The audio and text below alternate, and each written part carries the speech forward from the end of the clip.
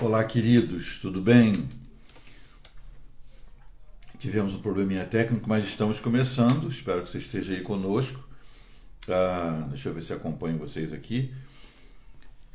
Chegamos ao final do nosso livro de Jonas, capítulo 4. Estamos estudando. Eu quero dar as boas-vindas a você que está conosco pela primeira vez e a você que já é colega de classe desde Esther e depois Atos. Estamos juntos, eu estou vendo por aqui. Nossos colegas ali, Val, Cristiane. Val é a esposa daquele apresentador famoso do programa da Vírgula. Hoje o microfone. Elizabeth, Jaque, Sônia, Gláucia. Nossa última aula sobre Jonas. Estamos juntos. Deixa eu desligar aqui para não ficar tão carregado nosso... Deixa eu ver se eu consigo desligar, gente. Até nisso é difícil. Mas que bom estarmos juntos. A gente estudou um profeta incrível.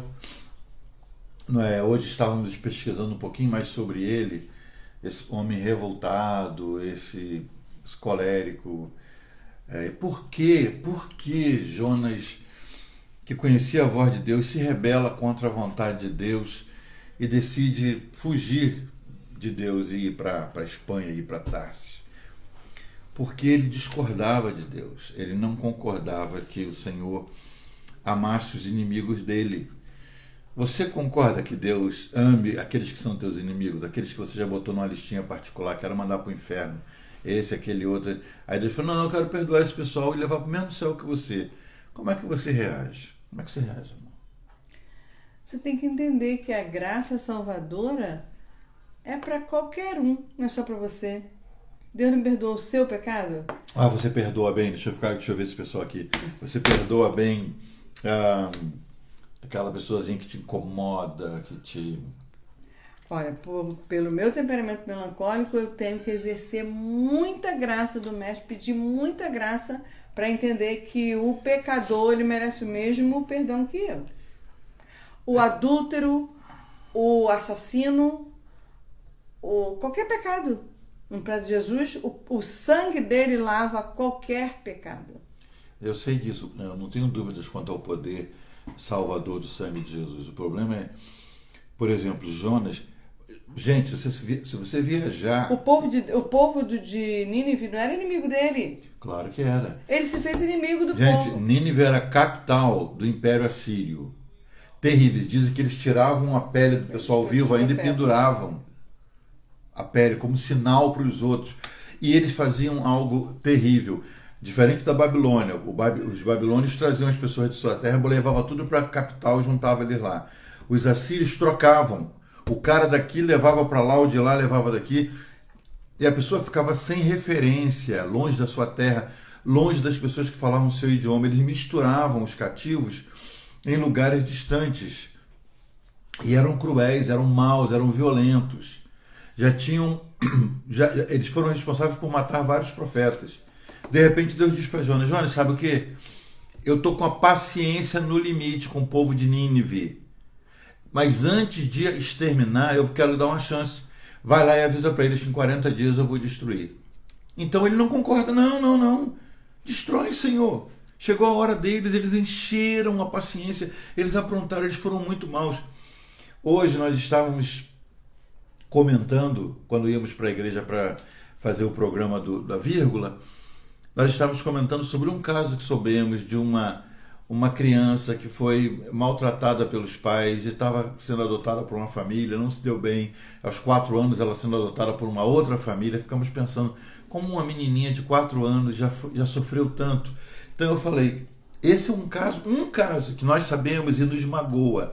Você imagina Deus que sabe de todas as coisas, de todas as crianças maltratadas, abusadas que existem no mundo, como o coração do nosso Deus deve entristecer. Então, quando ele chega ao ponto de dizer, Jonas, eu vou fazer com os ninivitas como eu fiz com o pessoal de Sodoma. Vai lá e avisa para eles que em 40 dias eu vou destruir. Ele falou, não, por quê? Porque ele sabia que Deus é compassivo, é misericordioso. Ele fala isso no final do livro, aqui no capítulo 4. Porque ele falou, não vou lá, o senhor vai perdoar se ele se arrepender. Só que esse é o livro em que acontecem coisas imprevisíveis. Primeiro, Jonas acha que pode fugir da presença de Deus. Não pode. Aí ele falou, vou para a Espanha, para o outro lado. Acha um navio, se mete no navio e vai para lá. Aí o que acontece? Os marujos são religiosos, são pagãos. Não servem ao Deus de Israel. Mas na hora da tempestade, eles procuram Jonas para saber quem é que está causando tudo isso, tiram sorte. Imprevisivelmente, a sorte cai sobre Jonas. Os caras perguntam, Jonas responde aquele questionário que ela disse ontem, que tinha que ser feito na entrada e não depois, na hora da saída. Jonas diz, só me jogando na água. Ali ele está dizendo, eu quero morrer. Eu não vou. Eu queria ir para fugir da presença de Deus. Eu não queria ir para Nínive. Entrei no navio, então o navio está para se afogar? Ok, eu me joga no mar. E os homens disseram, Senhor, nos perdoa que a gente vai matar esse homem. Porque jogar um homem no meio de uma tempestade ao mar é morte. Então ele sabe, eu estou morrendo. Quando ele cai, de novo, outra coisa imprevisível. Deus manda um peixe, o peixe engole Jonas. E Jonas não morre. Ali ele falou, amém, morri. Fui para o ventre do inferno. E não morre. 3 dias e 3 noites. Mais uma vez a misericórdia de Deus foi para a vida dele. Sim, a misericórdia, mas Deus também mostrando para ele assim, cara, quando eu quero que uma coisa aconteça, ele vai fazer. Ninguém me impede. Com certeza. Nínive precisa ouvir a palavra. E você vai. E daí depois o Senhor faz o peixe vomitar Jonas em terra firme. Haja vômito, hein? Um peixe, uma baleia, vamos falar assim, dá água, jogar ele lá longe, lá vai ele, aí ele caminha até lá, chega lá, né? E 3 dias para atravessar Nínive. No primeiro dia que ele atravessa, a mensagem dele em hebraico é 5 palavras. Ele não fala o nome de Deus. Ele diz, gente, Deus me mandou aqui para avisar vocês. É para falar? Vou falar. Assim do tipo, para falar? Falar? Vou falar. Cheio de raiva. Em 40 dias essa terra será transtornada. Era a mensagem dele. Ele não falou, Deus mandou avisar. Gente, se arrependam. Ele não aconselha o arrependimento. Ele não queria que o povo se arrependesse. Ele não queria. Ele falou, é para falar? Vou falar. E aí eu termino, o Senhor extermina com eles e acabou. Não é para dar a última mensagem? Vou dar. Em 40 dias essa terra vai ser transtornada. Em 40 dias, como é que diz aí na sua versão? Foi no capítulo anterior que ele fala isso, né? Daqui a 40 dias Nínive será destruída. Será destruída. Essa é a maneira que foi traduzida, mas a palavra significa que vai haver uma transformação. Aí o que acontece no capítulo 4? Antes de terminar o terceiro capítulo, diz que o povo se arrependeu, outra coisa imprevisível. O povo se arrepende, o rei se arrepende, todo mundo se veste de roupas de humilhação, saco e cinza, e começam a se humilhar e clamar, quem sabe Deus se volta para nós. Quando Jonas olhou aquilo, ele falou, não, parece o meu neto dizendo, não é para se arrepender, porque se você se arrepende, eu conheço Deus que me mandou, Ele é capaz de mudar. E o que acontece? Tendo em vista o que eles fizeram e como abandonaram seus maus caminhos, Deus mudou de ideia e não os destruiu como tinha ameaçado. Capítulo 4 é o último e a segunda oração de Jonas. A primeira foi no ventre da baleia, no capítulo 2. Capítulo 4 é a segunda oração. O que diz aí na sua versão? Lê para nós na Bíblia Viva, que é bem interessante. Eu sabia que o Senhor é um Deus bondoso, que gosta de perdoar, que demora a perder a paciência e é cheio de amor. Não foi nesse tom, não. Eu sabia que o Senhor é um Deus misericordioso, porque era um cara colérico. Cheio de raiva. Né? Cheio de raiva. Eu sabia que o Senhor... Por isso é que eu não quis pregar, porque se acontecesse dele se arrepender, o Senhor é capaz de perdoar. Isso não foi uma oração, isso foi uma desabafo, reclamação. Uma revolta. Foi por isso mesmo que eu pensei que o Senhor ia fazer.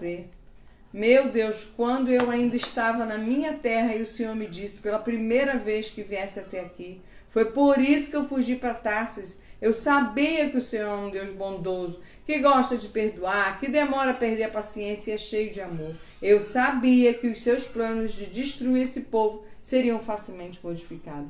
Ele conhece o amor de Deus e a misericórdia. Ele não estava preparado para tantas por qualquer coisa ele pedia para morrer. Sim. Logo ele pede para morrer. Aí o que acontece? O Senhor conversa com ele e diz no versículo 4, o Senhor respondeu, você tem alguma razão para essa fúria? Jonas saiu, nem quis conversar, e sentou-se no lugar a leste da cidade. Resmungando. Ali, construiu para si um abrigo, sentou-se à sua sombra e esperou para ver o que aconteceria. Do tipo, não sei o que vai acontecer mais. Porque eu preguei, não falei o nome de Deus, não pedi para eles se arrependerem, esse pessoal se arrepende. Aí Deus muda de ideia, e agora o que vai acontecer? Talvez queiram me matar por ser mais um profeta que falou algo que não aconteceu. Então eu vou ficar de longe para assistir o que vai acontecer. Ele sobe lá para um lugar afastado e fica assistindo. Constrói um abrigo e fica ali. Sentou-se à sua sombra e esperou para ver o que aconteceria com a cidade. Então o Senhor Deus... Olha os envios de Deus. Minha esposa falou que esse é o livro dos envios. Aqui claro, tem mais um envio. Ele é o livro de envio, olha. O Senhor enviou Jonas, ele não foi. Aí Deus enviou um vento forte no capítulo 1, verso 4, em cima do barco. Depois Deus enviou um grande peixe até aquele local. Depois Deus ordena o peixe. Depois faz uma planta crescer, que é agora, né? 4 e 6. 4 e 6. Depois Deus manda os lagartos. Peraí. Ele está lá em cima, 4 e 6. no cantinho dele, esperando para ver o que aconteceria. Então o Senhor Deus fez crescer uma planta, e ela fez crescer uma planta sobre Jonas para dar sombra à sua cabeça e livrá-lo do calor. Estava quente, gente. Aí o Senhor faz uma planta crescer, o que deu grande alegria a Jonas. Esse cara mal-humorado é o primeiro sinal, que é a primeira referência do capítulo, nos 4 capítulos, que ele ficou feliz. Por quê? Porque uma planta, do tipo, o Senhor fez um agradinho, fez uma planta para me dar sombra. Mas Deus mandou umas lagartas. Mas na madrugada do dia seguinte, Karina, durou pouco, Deus mandou uma lagarta atacar a planta e ela secou-se. Ele não notou que a planta se secou. Ao nascer do sol, porque foi de madrugada que Deus fez isso, Deus trouxe um vento oriental. Mandou outro vento. Agora um vento quente, muito quente. E o sol bateu na cabeça de Jonas. Sabe aquele negócio? O cara acorda com aquele vento quente. E aí o que está vendo? A cabeça está quente. Ele olha, cadê a planta? Esse raio dessa planta já secou. E aí Deus trouxe o vento oriental, o sol bateu na cabeça, ao ponto de ele quase desmaiar. Com isso ele desejou morrer de novo. Meu Deus. Desejou morrer e disse, para mim seria melhor morrer do que viver. A morte é muito simplesmente porque o sol bateu na cabeça dele e não tinha mais uma planta para cobrir. Mas Deus disse a Jonas, você tem alguma razão para estar tão furioso por causa da planta? Dizem algumas versões que era uma boboreira. Jonas tinha mais paixão por abóboras do que por almas. E ele responde. Sabe quando o diálogo fica ridículo e o cara responde? Você tem alguma razão para estar tão furioso por causa da planta? Respondeu ele, sim, tenho. O que diz aí? Tenho razão de ficar aborrecido a ponto de querer morrer.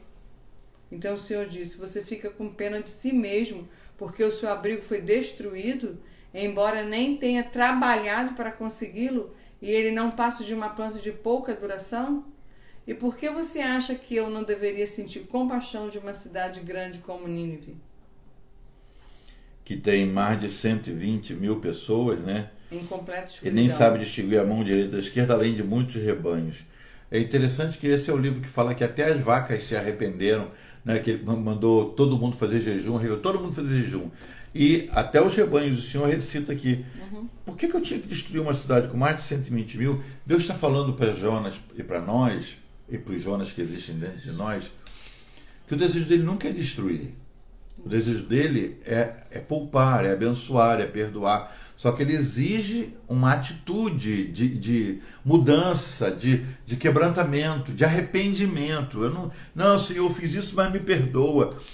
Isso que move o coração de Deus. É por isso que quando a gente lê a história de Davi, fala, como é que Deus aguentou um cara que aprontava tanto? É porque Davi se arrependia. Se arrependia mesmo. Se arrependia mesmo. Aí Deus falou, esse é o cara segundo o meu coração. Porque arrependimento é o que me move. E esse é o livro que a gente acabou de estudar, que termina com Deus perguntando para Jonas e para nós. Você às vezes tem pena de coisas que nascem hoje e morrem amanhã, mas não se compadece de uma pessoa que vai ter a eternidade comprometida no inferno, longe da minha presença, porque pecou. Você não se comove. Quando a gente olha para uma pessoa má, para uma pessoa violenta, né? A gente vê uma notícia na televisão cara estuprou uma criança, fez isso, fez mal, e fez de novo e de novo. Eu mesmo digo de mim, meu coração diz, não serve para viver. Não serve para viver em comunidade, viver em comunhão. O sujeito melhor que morra, dá uma chance de se arrepender e mata para ele não ter o risco de fazer de novo. Mas o coração de Deus está sempre disposto a mudar situações. E ele não queria dar a Nínive o mesmo castigo que ele deu a Sodoma, que chegou no limite. Que hoje seja um dia para pensarmos se já não estamos enchendo os limites, as medidas, não é? E como é que a gente muda isso? Se arrependendo, dizendo, Senhor, eu tenho sido mal, me ajuda, e perdoando as pessoas que nos ofendem, as pessoas que até nem nos conhecem, mas que são más, que são violentas, para que o Senhor possa perdoá-las e elas tenham um destino diferente do que merecem. Como nós também, nós todos somos pecadores, em maior ou menor grau, mas nós todos somos pecadores. Nós agradecemos a você que ficou com a gente até agora. Obrigado por esse pessoal todo, Graça, Wander, Silvia, irmã Dezenilda falou que fica muito melhor com você, porque era só eu. Muito obrigado, querida, pela consideração. Maria Cristina, Manuel Alves, pastorzão, nosso pastor Manuel Coutinho, esse pessoal todo que esteve aqui conosco, a Mira, a Luciana, a Andréia, Kathleen, Neuzinha, Maria Cristina, olha quanta gente boa nos acompanhando. Queridos, nós oramos para que Hipátia, a Edna Márcio, Yane, esse pessoal todo que esteve conosco tenha de alguma maneira sido pelo menos um pouquinho abençoado. Nós somos o pastor Jorge Ângela, da Igreja de Nova Vida, para você que não é da nossa igreja que está assistindo hoje. E nós temos sempre às 10 da noite feito um estudo bíblico. Temos feito um estudo bíblico em algum livro das Escrituras, um capítulo por dia. Terminamos Jonas. Se você tem sugestões, mande para nós para que a gente possa começar segunda-feira num novo livro, tá bom? Muito bom ter vocês conosco. Deus os abençoe. Tenha um lindo fim de semana. Amanhã às 10 horas da manhã, 10:30 da manhã, tem o Compre uma Vírgula, com o pastor Carlos entrevistando duas profissionais da saúde, a doutora Roseni e a doutora Sara, e o título é Alta Pressão e Pressão Alta. E domingo, às 10:30, às 18 horas, a gente está de volta, tá bom? Com belos cultos. Deus abençoe cada um de vocês. Muito obrigado por estar conosco, é um prazer estar por aqui. Até semana que vem. Se vocês quiserem, ela volta comigo semana que vem. Tá bom? Eu acho que vão querer. Deus abençoe, gente.